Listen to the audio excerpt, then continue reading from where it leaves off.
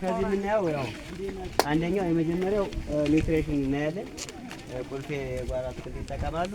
ሁለተኛው በዶሮ እርባታ በእንቁላል ጣይ ተሰማርተዋል። እነዚህ እንቁላል ጣይ ዶሮዎች ራሳቸውን ይተካሉ። ኮይ ይባላል ዝርያቸው። ቁራና ናቸው።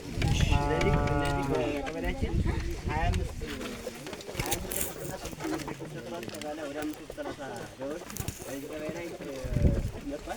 አንደኛው በኮመርሻል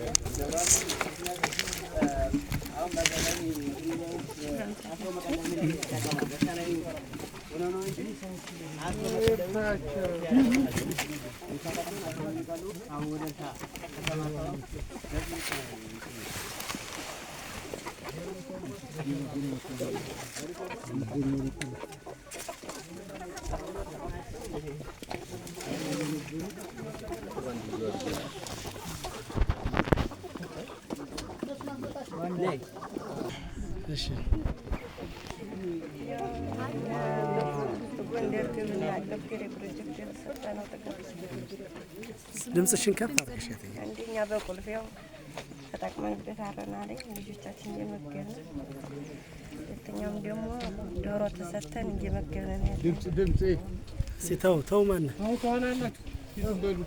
ታዋት ኮምፖስት ደግሞ ተሰተን ማዳበሪያውን ባለፈውም ተጠቅመናል። አሁን ደግሞ ያው ያከረን ያለና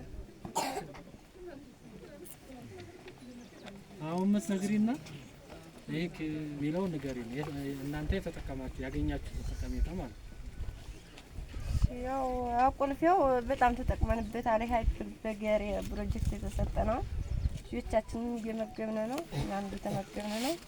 በጣም ለውጥ አግኝተንበታል። ዶሮው ግን ገና አሁን የተሰጠነ እድገት ላይ ነው ያለው።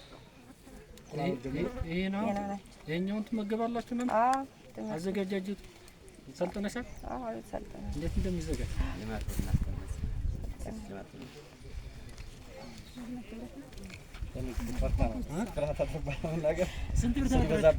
ስንት ብር ተሰጣችሁ?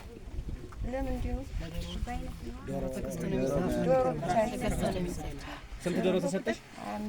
አሁን ስንቶቹ አሉ? 25 ዶሮ። አሁን እንኳን አልጀመሩም ገና። ምን እንደሚደረግ እንደው ቀጣይ ምን የሚደረግላችሁ ይሻላል? ከዚህ የበለጠ ውጤታማ እንድትሆኑ ማለት ነው። ምን ቢሆንላችሁ ጥሩ ነው? ያው እኛ ገዝ የምንፈልገው ያው የሚጎለና እኛ ማድለብ የምንፈልጋለን። ሰርቶ ለመለወጥ ስለምንፈልግ ፍየል በግን ብንሰጥ ያው እንፈልጋለን። ሰርቶ ለመለወጥ እንፈልጋለን። ለስራ ፍላጎት ነው። ሌላ ጥያቄ አለኝ።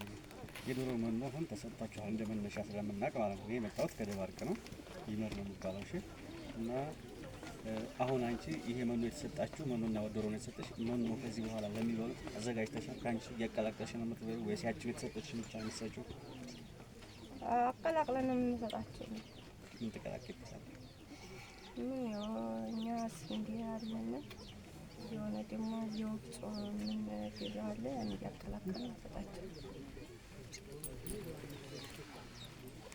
ምናልባት እህታችን እቺ ቨርሚ ኮምፖስት ማይቻለው አጋጣሚ ምርት አምርተሽበት ከሆነ አሁን እያመረትሽ ከሆነ ምርትሽን በምን ያክል እንዳሻሻለልሽ ሀሳብ ካለሽ አይዞሽ ትናንት ነግረንሻል። እንግዶች እንደሚመጡ ምንም አትፍሪ። ልንጎበኝሽ ስራሽን ጎበዝ ልንልሽ ነው የመጣው። ያው ማምና ወደ 20 ኩንታል በላይ ነው ያወጣነው ማዳበሪያ። ያው ኮምፖስቱ ደህና ምርትን ያገኘንበት። እስቲ ከበፊት አወዳድረሽ ንገረኝ። የዛሬ አመት ቨርሚ ኮምፖስት የሚባለውን ሳትጠቀሚ ምን ያክል አምርተሽ ነበረ? አሁን እቺን ግን ቨርሚ ኮምፖስት የሚባለውን በጓሮሽም ሆነ በእርሻ መሬትሽ በመበተን